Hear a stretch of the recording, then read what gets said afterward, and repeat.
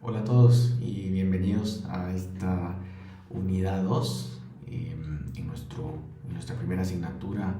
sobre los principales obstáculos y desafíos para el acceso a la justicia en nuestra región latinoamericana. Ha sido muy bonito poder leer esos primeros mensajes y comunicarnos ya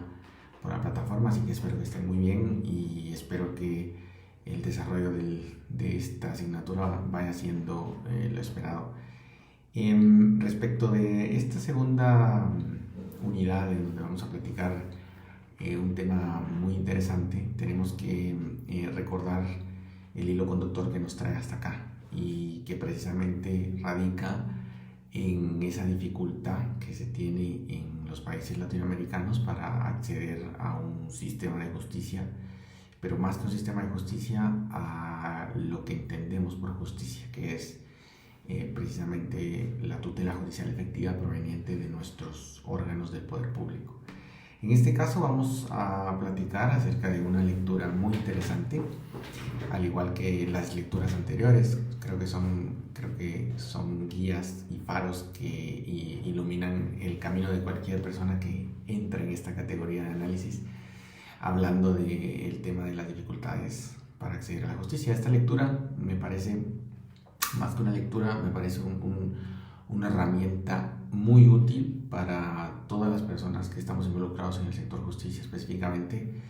desde los tribunales de justicia, porque nos permite analizar y entender muchísimas de las cosas que están ocurriendo aún hoy en día dentro de nuestros sistemas de justicia. Una de ellas, precisamente, que se está viviendo mucho en Latinoamérica, y es la que tiene que ver con la judicialización de la política, ¿no? Que es básicamente llevar los conflictos políticos a los tribunales y que se decidan las causas políticas en la arena de los tribunales, que es algo que Latinoamérica está viviendo muy enraizadamente y que tiene que ver con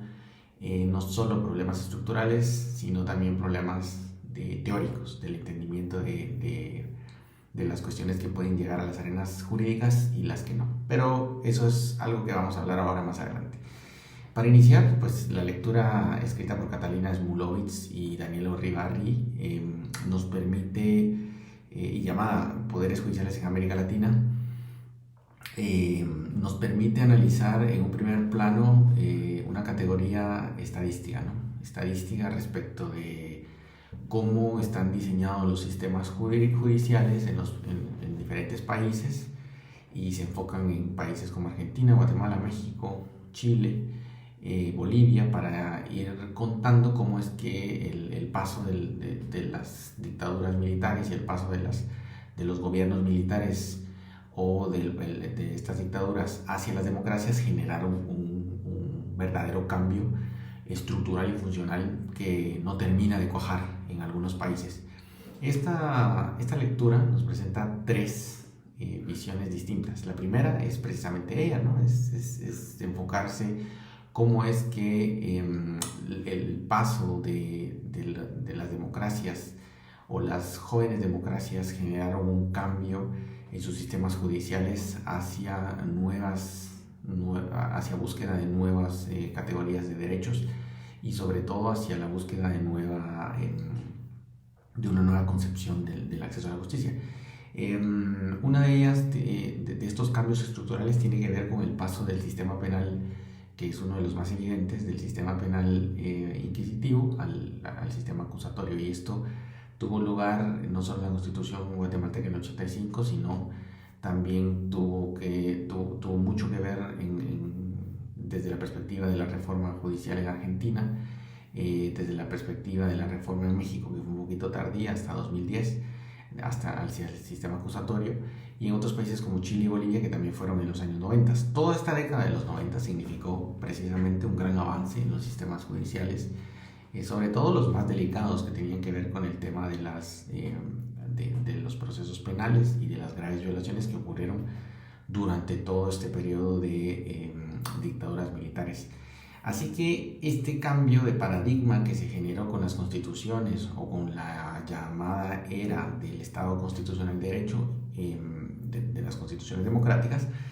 inició una reforma también profunda e integral en los sistemas judiciales de los estados. Esta reforma trajo consigo nuevas instituciones, como por ejemplo la del Ombudsman, que es también conocido en otras latitudes como el Procurador de los Derechos Humanos o el Defensor del Pueblo, que empezó a generar, digamos, una percepción de mayor acceso o de mayor posibilidad de acceso a los sistemas de justicia. Esta figura, acompañada por la creación de instituciones importantísimas dentro de los sistemas, sobre todo el sistema penal, como el Ministerio Público, por ejemplo, generaron la división de funciones en los procesos y también generaron condiciones más fiables para poder acceder a la justicia. También fueron surgiendo otras instituciones necesarias también dentro de un proceso penal garantista y dentro de procesos judiciales, como por ejemplo la defensa pública, lo que se conoce como el Instituto de la Defensa o la Defensa Pública Penal, o la institución que se encarga de prestar estos servicios gratuitos para acceder a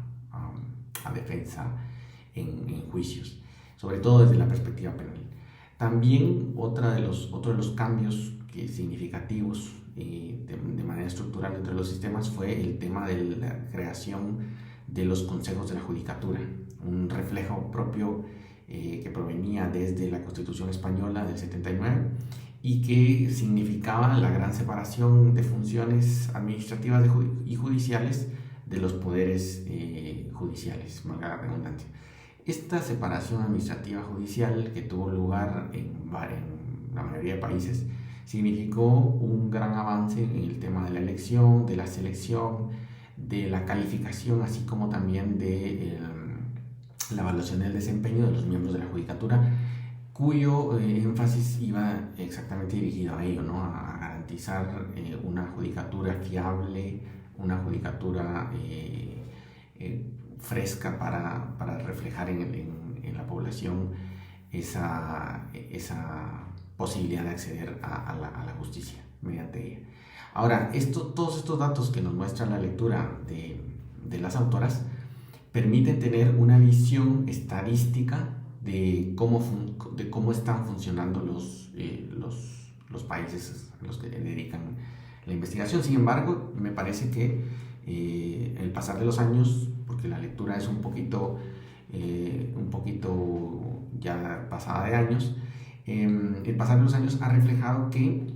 los estados latinoamericanos han tenido otros avances, específicamente estos estados, Argentina, Bolivia, Brasil, Chile, Guatemala y México,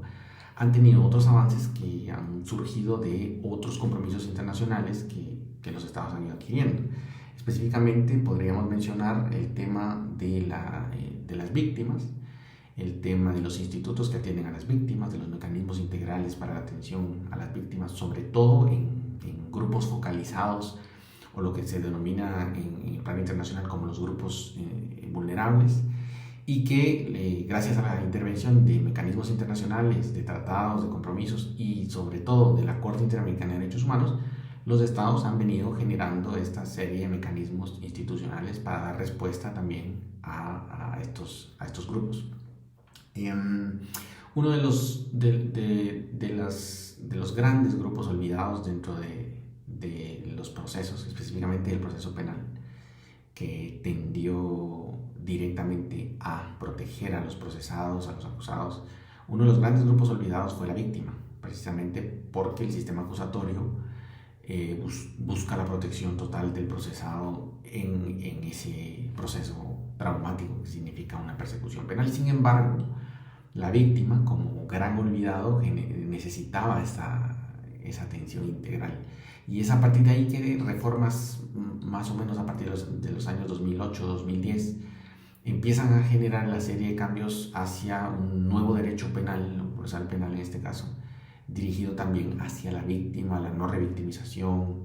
establecer mecanismos que garantizaran su correcto involucramiento en el proceso. Y eso me parece que es de rescatar, aunque no está en la lectura, pero es de rescatar también cómo ha venido funcionando. Esta percepción de la víctima, del mayor acceso a la víctima, de la mayor protección que se tiene en los procesos ahora, hablando desde la perspectiva del proceso penal, ha generado un cierto grado de mayor confianza que no se ve reflejado en los datos, ¿verdad? Sin embargo, tenemos que continuar con lo que tenemos en la lectura, y la lectura nos revela justo que es esa sensación de acceso a la justicia se ve debilitada por otras cuestiones, por otros aspectos, específicamente los que tienen que ver con la intervención de los poderes políticos y de los poderes fácticos dentro de la selección de magistrados, de la selección de jueces, que afectan a la independencia, que afectan a la percepción de justicia dentro de un Estado, y que a la postre terminan por desincentivar el acceso a la justicia, la búsqueda de la justicia por parte de los particulares. Es decir, conectándolo un poquito con la lectura de Mark Callender, que así lo hacen las autoras, que vimos en la primera unidad, el uso del sistema de justicia por parte de aquellos poderes fácticos, poderes económicos, ciertamente desincentiva en cierto grado el uso de los particulares, precisamente porque pues los particulares ven, digamos, cómo el sistema se diseña a partir del uso de estos actores, cómo el sistema se diseña hacia ellos, y por ende se requiere de un gran estímulo, digamos, no solo económico, sino psicológico de otro tipo, para poder acceder a la justicia, de tiempo y otros factores que las personas particulares no tienen. En esa línea, digamos que la propia justicia ha generado mecanismos alternos para resolver los conflictos, que van teniendo una buena percepción, pero que a la postre terminan siendo sustancialmente inefectivos para lograr el objetivo de impartir justicia. Los denominados MARCs, o métodos alternativos de resolución de conflictos, como el arbitraje, la conciliación, la mediación, siguen siendo mecanismos que para las autoras y para mí, digamos que estadísticamente cumplen con el objetivo de solucionar casos, de finalizar controversias, pero siguen sin satisfacer a quienes más necesitan ser satisfechos. En este caso, las personas que menos acceso tienen o menos posibilidades económicas tienen, y que buscan justicia precisamente por ello. He aquí que esos mecanismos alternativos de resolución de conflictos cumplen estadísticamente con los objetivos, cumplen con cerrar casos, pero de pronto no están cumpliendo con lograr justicia. A partir de ahí surgen otras formas de acceder a la justicia, como por ejemplo los bufetes populares en las universidades, ONGs que prestan servicios para casos emblemáticos importantes o para comunidades. Se han venido abriendo barreras procesales, como por ejemplo las acciones colectivas, como por ejemplo los amparos en materia de derechos humanos difusos o de derechos colectivos, que permiten a determinado grupo acceder a buscar justicia. Sobre todo esto ocurre en el tema de la justicia constitucional. Y ahí viene el tercer punto, y que me parece es el punto esencial de esta lectura, y es la tremenda, por ponerle un adjetivo propio, la tremenda invasión que ha tenido todo el andamiaje del sistema político dentro del sistema jurídico. Y esto me parece que era inevitable a partir de las propias reformas que surgieron, como lo mencionan las autoras, y que generaron esta suerte de relevancia para el Poder Judicial. A partir de que los poderes judiciales se empezaron a considerar más y más importantes con el pasar de los años, obtener esas esferas de poder por parte del sector económico y tener representantes y tener personas afines en esos puestos se empezó a volver más trascendental. A partir de ahí entonces se empezaron a ocupar los altos cargos y las altas cortes, pues precisamente personas ligadas a grupos de poder y ligadas a estas organizaciones. Cuestión que, lejos de evaluar si afecta o no, si se afecta o no porque las decisiones tienden a ser sesgadas o no, que eso es una historia aparte, digamos que no podemos prejuzgar ni generalizar porque incurriríamos en una falacia. Lejos de prejuzgar en eso, son cuestiones que perceptiblemente o de manera perceptiva afectan indudablemente a la percepción de imparcialidad, de independencia y de todo lo que requiere un buen sistema de justicia para poder acceder a él. Esta percepción ha sido bastante también golpeada, digámoslo así, precisamente por otro fenómeno que es, aunque la lectura no lo menciona, pero que me parece vital hablarlo, el activismo judicial, ¿no? El activismo judicial como esta figura que ha plantado sobre todo al juez constitucional como el juez que todo lo puede, ¿no? El juez que soluciona conflictos, pero más allá de solucionar conflictos, el juez que crea políticas públicas, el juez que otorga más de lo que le piden, el juez que es proactivo y más allá de activo es activista porque genera una cierta forma de pensar y busca determinada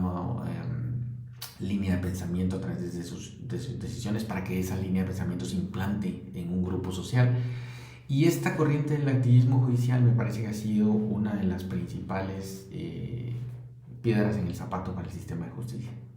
Esencialmente porque ha generado la percepción de que la justicia puede ir para cualquiera de los dos lados, o para cualquier lado, mejor dicho, para no decir que hay dos lados, y no necesariamente hacia uno de los factores o pilares esenciales de la judicatura, que es la decisión razonable, ¿no? Pero eso es un tema ya un poquito más, digamos, filosófico, que ustedes seguramente van a poder ahondar, pero me parece que esta lectura presenta esas primeras líneas, esas primeras ideas respecto de la necesidad, creo yo, y con eso termino, y con eso termina la lectura también, la necesidad de contar con, más allá de una estructura judicial fuerte que refleje independencia, que tenga jueces que puedan estar seguros en su función, que no reciban presiones externas indebidas, que tengan buenos mecanismos de elección y todo lo que ya sabemos que funcionalmente se necesita para que pueda funcionar un sistema. Más allá de eso, creo que lo que más interesa o más importa es que esos jueces reflejen esa independencia en sus decisiones, y eso no es más que una cuestión de justificación de una decisión racional. Entonces creo que por ahí dejo esta pequeña reflexión para los que quieran seguir ahondando en el tema, y me parece que esto da para muchísimo y es un buen primer avance que podemos tener. Así que les deseo a todos una buena semana, muchos éxitos, y espero leerlos muy pronto también. Cuídense mucho.